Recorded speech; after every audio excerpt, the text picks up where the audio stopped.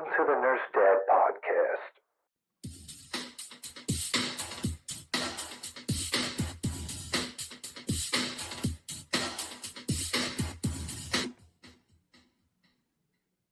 Hello, ladies and gents. I'm RN Glenn, aka Nurse Dad, former Navy Hospital Corpsman, current ER nurse, and host of the Nurse Dad podcast, available on YouTube, Spotify, and Apple Podcasts. And I have the pleasure of speaking with Dr. Krishna. This has been a long time coming, a lot of missed opportunities due to scheduling conflicts, I think for almost a year now. Dr. Krishna, thank you, and welcome to the podcast. Thank you so much. Thank you. I'm super excited to be here and talking to you. Fellow Drexel graduate, what did you graduate from Drexel with? I did my master's in public health. So my major was in epidemiology and biostatistics. Most of the times when we think about medicine, we don't think about public health. And yet public health is probably the thing that unites all of us as patients, regardless of what we're going through and who we are. That's the one bridge from individual to individual that affects everybody.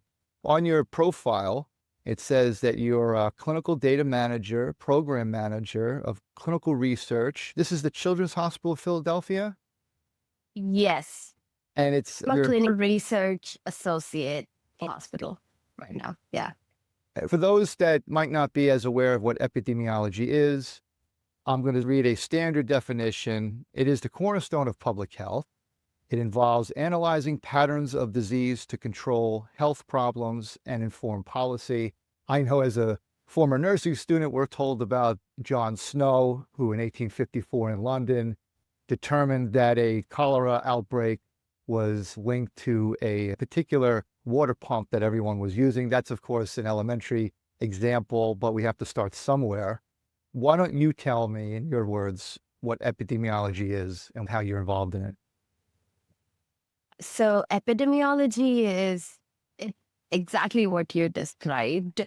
And it could be in relation to any disease that the public faces. And our job is to just make sure we recognize the source of the disease and be ready to fight it. And also in the near future, be ready to have preventative measures so that we don't end up losing people for health or any such reasons. How did you get into this field, epidemiology? What about it as a doctor attracted you to it? There's a little bit of unconventional background to it. I'm a dentist back in India, and there's a lot of things that made me not want to be in India and pursue any kind of master's in India for different reasons.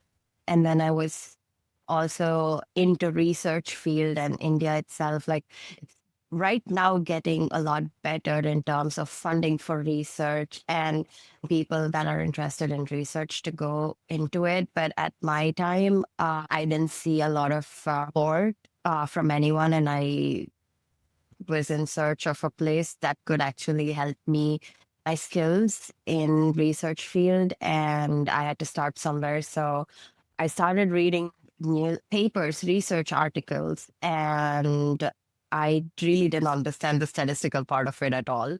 And I like taking a little bit of a challenge and thought, okay, why not? I know I don't understand anything. And I never thought I would be a person who would sit and use computer. I never thought of that when I was doing my dentistry, but it was a challenge for me. And I was very interested in how people are coming to these conclusions, what is actually forming their decision.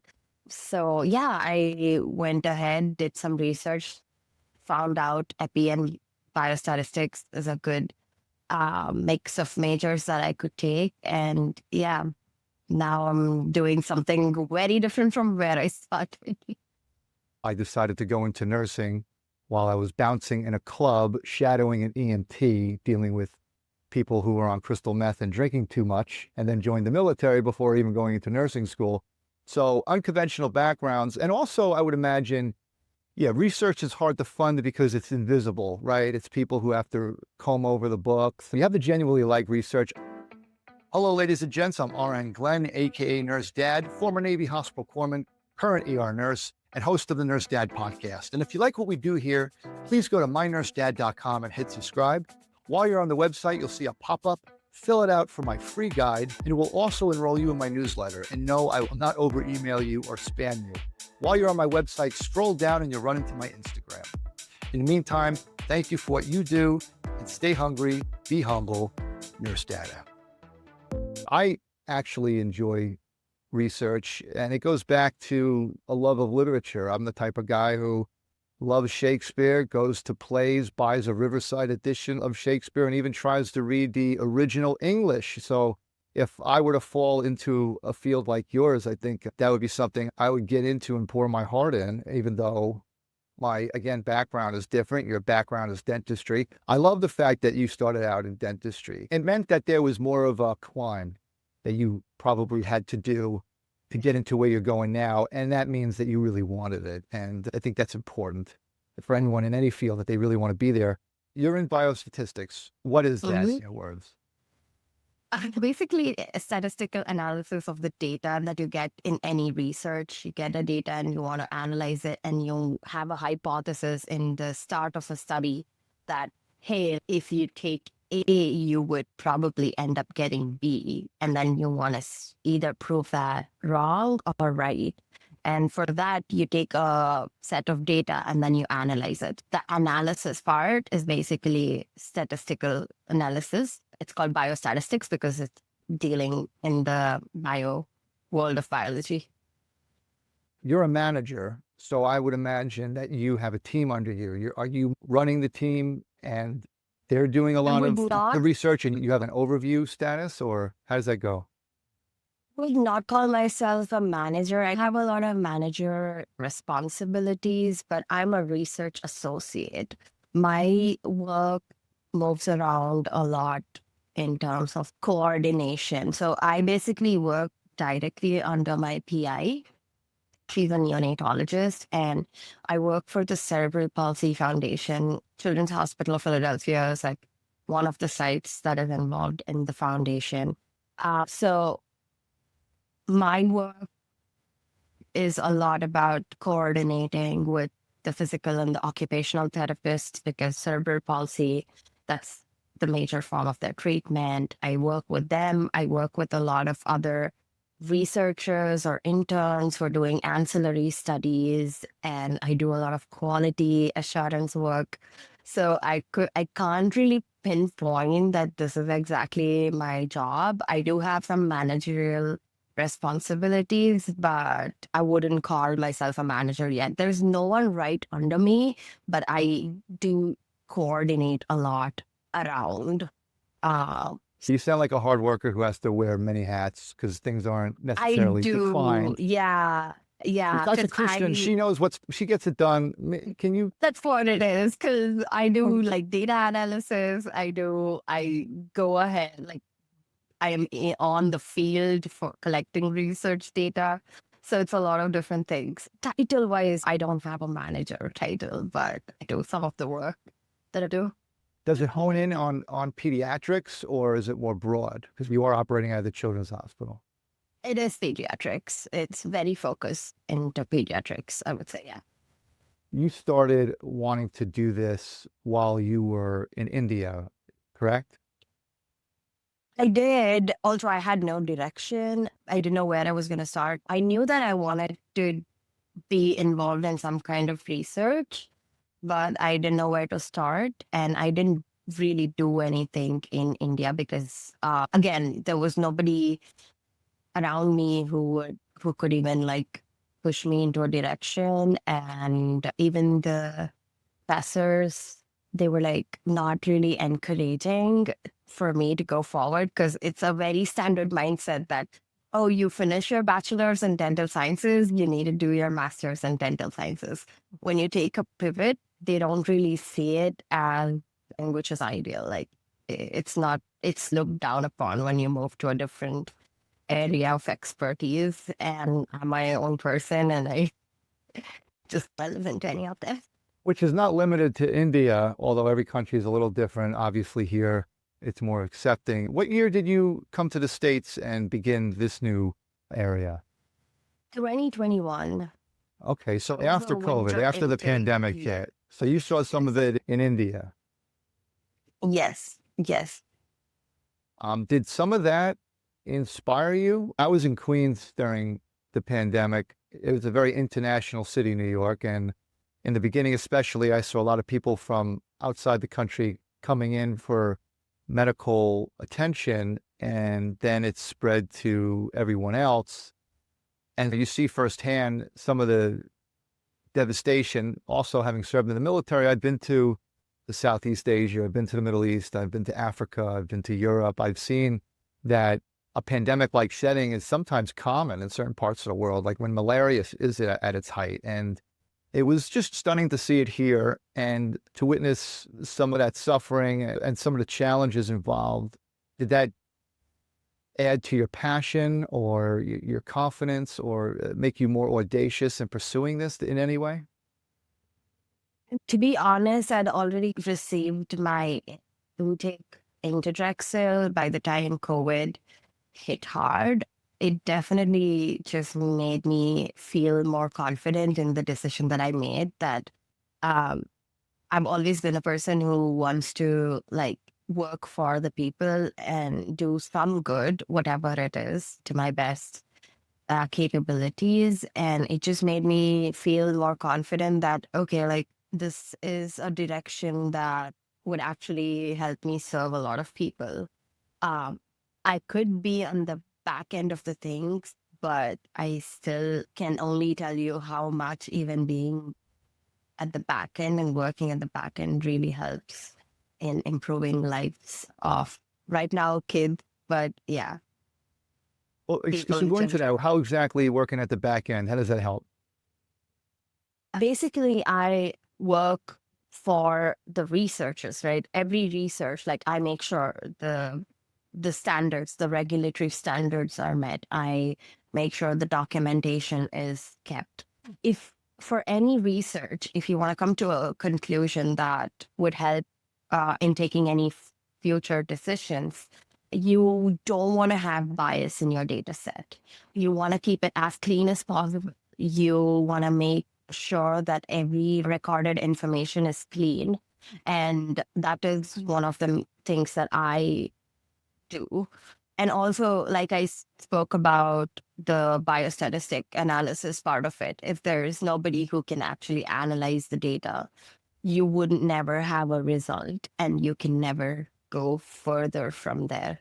For now, for example, we are, like I said, I work in the Cerebral Palsy Foundation and we're trying to reduce the age of diagnosis to 1 year, to under 1 year. And kids are so resilient, they get back, they get back to a better motor skill when treated early on as to you maybe diagnosing them at 3 years of age and then treating them. In the light of that, we have something called gender movements assessment, which is an assessment that you do between 36 to 44 weeks post-menstrual age of a baby, and then at 3 to 4 months age of the baby again. And now that's a video recording. We just record the video movements of the baby, and then it's one of the assessments that help us in diagnosing cerebral palsy, but cannot be used in isolation. You talk about the resiliency of children. I worked with a nurse whose, I think her 8 or 9 year old son was diagnosed with cancer, and it was really tragic, and he's still going through it. And I said, at least he's a little older rather than this happening at 3 or 4. And she said, actually, it would have been better if it happened earlier. And I was taken aback by that. I just never had thought that perhaps the younger the child, in many cases, the better the possibility of getting over it would be. Yeah. I think that's amazing. Being a father, it's just been one preconceived notion after another, just shattering, not thinking that children, boy and girl children, are the same until puberty. And then they're, even as babies, or you go to any toddler park, you're like, yeah, they're different. Or even when they're newborns, the personality, even sometimes in guiding parents, you have a newborn and it's almost like they're guiding you in some ways on how to take care of them. You just learn that they're not just these little miniature empty vessels. No, they come out, whether genetically and spiritually, all these different stages, they come Yeah. out pretty much who they are, and you're here to guide them, but they're not empty vessels by a long shot, and they're quite resilient. It's really amazing to see. Did you always have a lean toward pediatrics, or was that the opportunity that was presented? How did that come about? I'm an immigrant in this country. Getting a job is what I was focusing on after I graduated.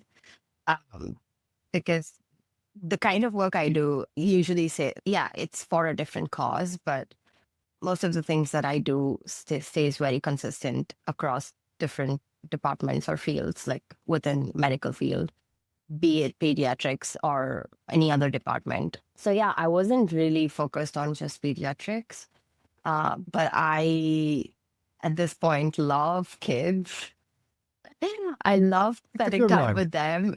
And I feel like I'm just so happy to go there. And of course, I also feel sad to look at these babies like fighting um, every minute, considering like CHOP being a level 4 NICU. And I work in the NICU mostly. So eh, there are some kids that are really facing a very hard time. And my heart goes for those kids. But to just get a smile from them, it makes my day. So I don't think I can imagine that happening As with a, the older patients. as a seasoned ER nurse, you get, or any nurse, you get used to a certain degree of disease processes and illnesses and injuries. But when it happens to a child, there's no getting used to that. It's very hard to witness or be a part of that team, although you do work vigorously. You had mentioned bias, and one of the things that came out of COVID, I can detect it as a nurse, is a greater collective distrust in medicine from a lot of patients. I always dread having to ask the mandatory question, are you up to date on vaccines? A lot of times you get people that look at you with an attitude, well, no, of course not. Well, why are you asking me that? Which never used to happen. And I do understand a lot of the contempt, but in your field, like I've been around the world, I grew up a certain way, but then I've traveled the world, and I myself have been caught up at different stages of poverty, requiring public assistance in my adult life and whatnot. I've seen a lot. You've seen a lot, clearly. But then you work with people, and a lot of times they may have good intentions, but sometimes due to their backgrounds, I feel like the frame in which they're able to understand the world is a little narrow.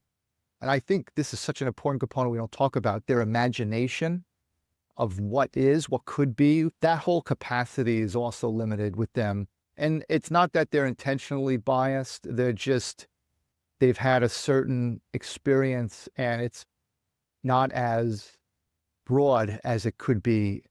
Whereas for you, I'm sure you've seen a lot coming from India to the States. Do you encounter more of that? And also, as you climb the corporate ladder, do you encounter more people who are interested in policy over the science, or trying to confirm a preconceived notion, and they're a little bit more resistant to what the truth is that you're uncovering? Do you encounter any of that? So, with regard to policy changes,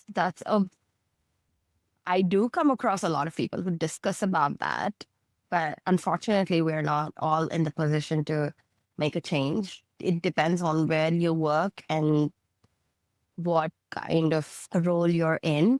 People around me are not really in a policy change kind of role, but we often talk All the about work. policy change. Yeah, like we often talk about policy changes. We often talk about how whatever we're doing might change in the future. And we are working towards a policy that could possibly change. But unfortunately, that power doesn't lie in our hands. But we're definitely working towards something similar to that. And in terms of coming from India to here, of course, there's a lot of change that I see, a lot of things that I would actually want to take back to India and be able to provide for my people, that the things that I learned from the things that I do right now, that I'm learning right now, that I feel is helping the underprivileged, or we work a lot about in socioeconomic backgrounds and see how different things are affecting different people with different socioeconomic backgrounds. And that's something that would help India immensely. Uh, Honestly speaking, I am still trying to figure out a way that I could like actually take some of the things that I'm learning here back to India. But I think there's a lot of learning from for me that I'm just giving myself the time to learn. And sometime in the future, I definitely want to take it back to India and see if I can make their life even a little better. Don't Would forget definitely about help us. them. Don't forget about the States, because I know you're in Philadelphia and I went to school there. You went to school there. And I remember there's an example. You have Spring Garden Street, and they always say, in Yeah. terms of public health, right, that on one side of Spring Garden Street, people live 20 years longer simply because of access. And then on the other side of Spring Garden Street, I know there's Fishtown now that's established, but for the most part, a lot of neighborhoods, Kensington, a lot of food deserts, a lot of inequity. And so people live 20 years less. And you were mentioning the public health component. I never examined that until nursing school. And I will stay straight up, I didn't learn much in nursing school.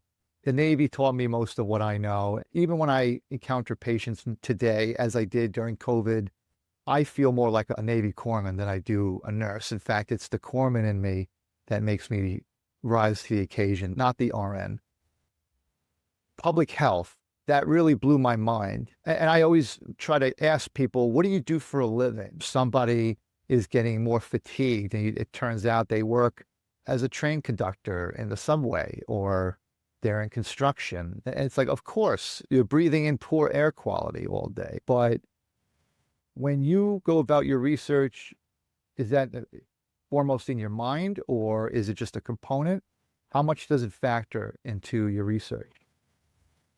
In what sense? I don't think Like cerebral palsy, is it more common in poorer populations? And does that affect your research or curative measures that you're trying to establish, or policies?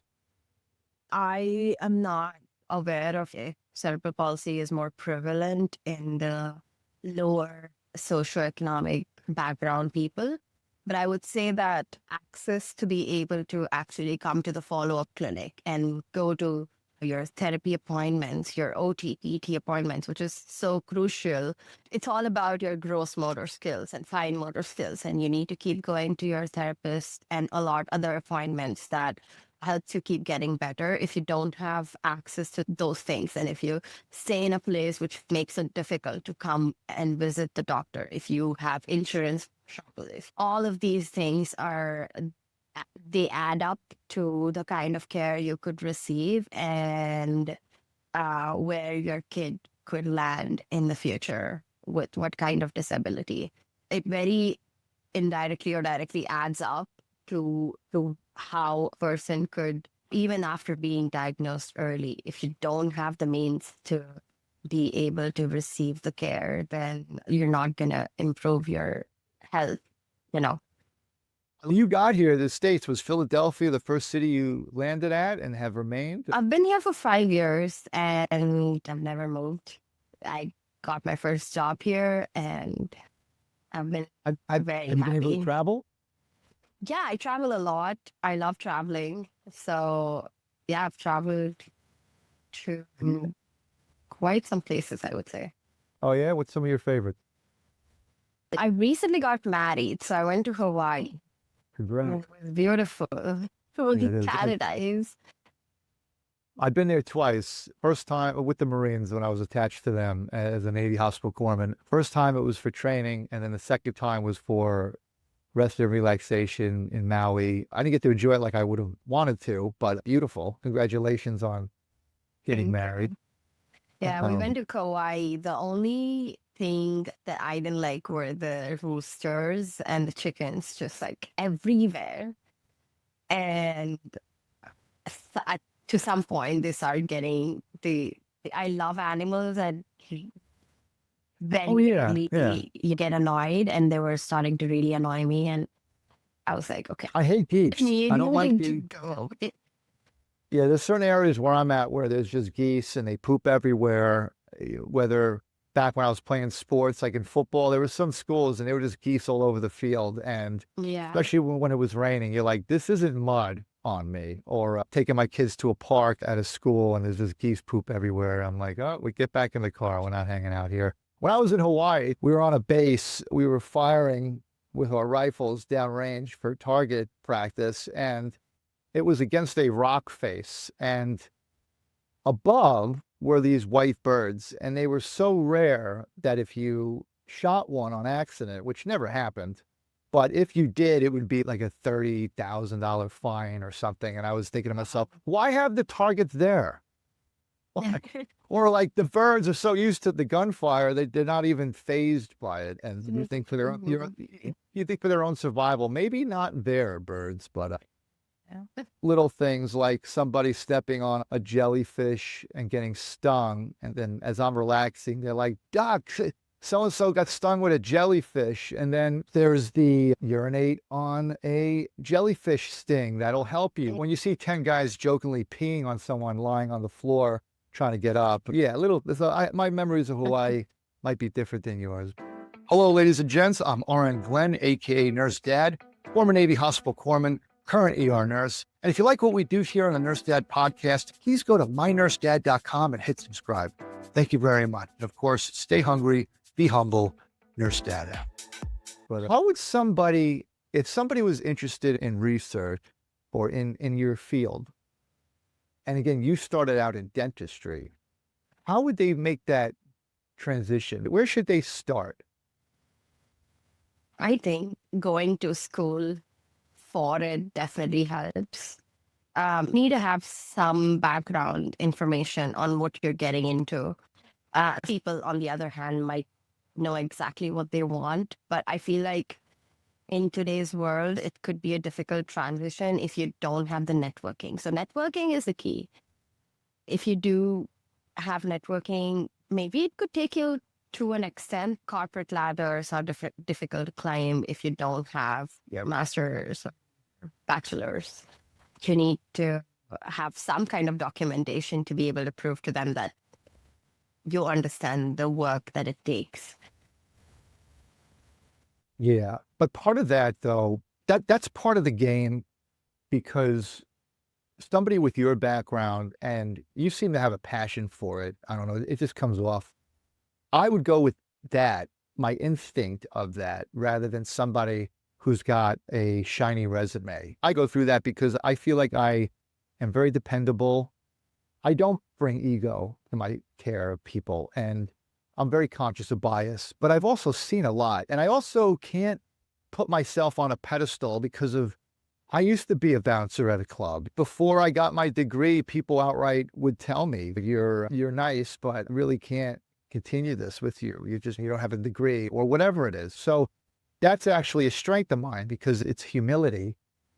And I find that in my field of nursing, I'll never be a director of nursing because there's a game that you have to play. There's a certain scholastic achievements you have to have. And I'm just somebody who shoots from the hip, who advances through work. And there is only a certain level that you can advance through work, which is probably why I may leave the nursing career in 2 years altogether, as soon as my 3-year-old is 5. And I've been making contacts and getting ready for that transition. It is important to network. If this is a decision you want to do, that's one of the things you have to reconcile with. Like for me, I know that networking is important, but I just to school. I don't want to become a nurse practitioner, which seems to be a natural step for a lot of people. If I were to go back to school to get a master's, I've picked, it's like almost in my area, who do you want to take care of? Do you want to take care of patients or do you want to take care of nurses? That's how I look at it. I know a lot of nurse managers and people in nurse education skip over the nurse who's supposed to be taking care of the patients and try to take care of patients as well, that's a whole nother field. I'm sure with your background, you had to know yourself pretty well with regards to your background, where you found yourself, being a female in certain areas, having to transition to the States, overcome that fear, network almost from scratch. But yeah, so important that people look in the mirror, know who they are, know who they want to be, what they're willing to do. I do want to tell you something. So this is something I really wanted to bring a doctor and as a person like who is treating patients versus as a public health specialist who is looking at the same population in a very different lens. Getting my public health master's in public health really helped me change the way I look at things. Doctors look at it as, okay, I'm going to treat this patient. I'm going to make sure they get better. Public health specialists might be looking at one case, but they're thinking about like the rest of the world and how this would affect in different geography, and just the shift in the mindset. I wouldn't say mindset, but the shift in the thought process. It's taught me a lot from when I started to what I am right now. I don't think every public health professional can be a medical doctor, and it's the same way around. Not a doctor can, like, every doctor couldn't always think like a public health professional. So we definitely need both of us to go hand in hand to, if we want to bring any major changes in the world. But also, and this is going back to Carl Jung, he always talked about the statistical person being overly statistical, overly analytical, relying too much on data. Now, this is obviously a field that you're in, but when you're learning, you're going for your master's and you're shifting your thought process, you're able to add your background to that, like flesh and bone, right? Whereas this is going back to maybe unintentional bias or just limitation where other people don't have your experience. So they're a little bit overly dependent on books, on other people's perspectives, and maybe they're a little theoretical. That's what I like about your background, because I find that you're probably a little less theory and more experience than some other people in your field. And I think that's a big strength. And I hope India doesn't take you away too soon, because we need people like you here. Do you find yourself in more of a mentorship role nowadays than when you first started? I do. I get asked some questions that I was probably not in the position to answer 3 years ago. And I see myself helping people out. And yeah, a little bit, I wouldn't say really a mentor position, but I get some questions thrown at me that I try to solve. Amazing what 3 years could do when you throw yourself into something. It's huge advances. In regular medicine, as in nursing, we have the regulatory organization, Joint Commission. It makes sure that everything is done appropriately and safely. Is there a commission that focuses on research and what you do to make sure that there are just certain things that are done safely and correctly? Yeah, we have a review board, which is called IRB. So they make sure that you are doing your research, like documenting everything, regulatory binders, making sure everything is documented properly. And they come in and they audit from time to time. They make sure you have all the documents that you mentioned in your protocol that you would be using is used properly and stamped and dated. Everything has to be followed to the dot. The sponsors, we work with the sponsors, we work with IRB, or people who audit and make sure everyone is following the protocols, making sure everything is time stamped. That is like one of the major parts. You mentioned sponsors. So some of this research is privately sponsored, right? And Of they wanna them make sure they're privately, getting- some of them from NIH and other sponsors. So my work basically depends on like it works around a lot of, we start with a pilot study, we make sure that the study is actually feasible. And then we move into writing grants, and then we move into getting that grant to the sponsor.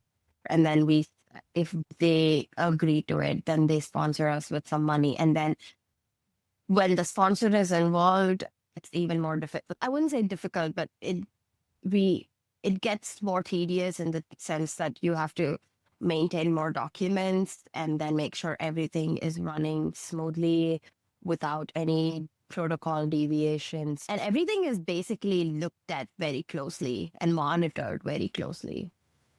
Grant writing, there's been periods of time where I wanted to get into that because why not? It's free money. But grant writing in and of itself is like a career. It's like somebody to just do that. It is so exhausting. It is. I just finished writing my first protocol. I'm slowly getting into grants. So that's the thing.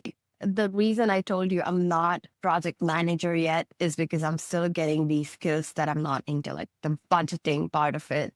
Protocol writing, yeah, I've gotten into it, but grant writing is something that I want to get into. And it's Art not form. easy to like, even I'm starting to write some papers, research papers. So I've just started writing one of them with one of my coworker. Like she's amazing, and it takes a lot of time. And then we wrote so much, and then we realized, oh, there's this paper which made it look so easy. We just made it so complicated, and then we went back to change everything because we understood that we've just gone into unnecessary details. And yeah, it's like Researcher. You're a researcher. And then you have to keep it simple, stupid. Yeah, you go into it, like you read about it in the depth of all that it has to offer, but you can't always put it out. You No, need to yeah. make it as simple as possible for it to I think be. I picture somebody with deep pockets saying, "Tell me why you need my money," and then you're like, "Here you go, this big stack," and they're like, "I can't read all that." Yeah, I know that's an art form. That's an art form, and that's funny that to get higher, you have to master that, the budgets and the finance. Of course, it makes perfect sense.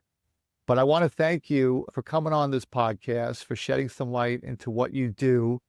I hope it was worth it for you because it took a long time for this to occur. And I'm very grateful that you stuck it out, and you seem like a very genuine person. And I wish you a lot of luck in what you're doing. Thank you. I'm always very happy to share my journey. And if it inspires anyone on the way, I am the most happiest.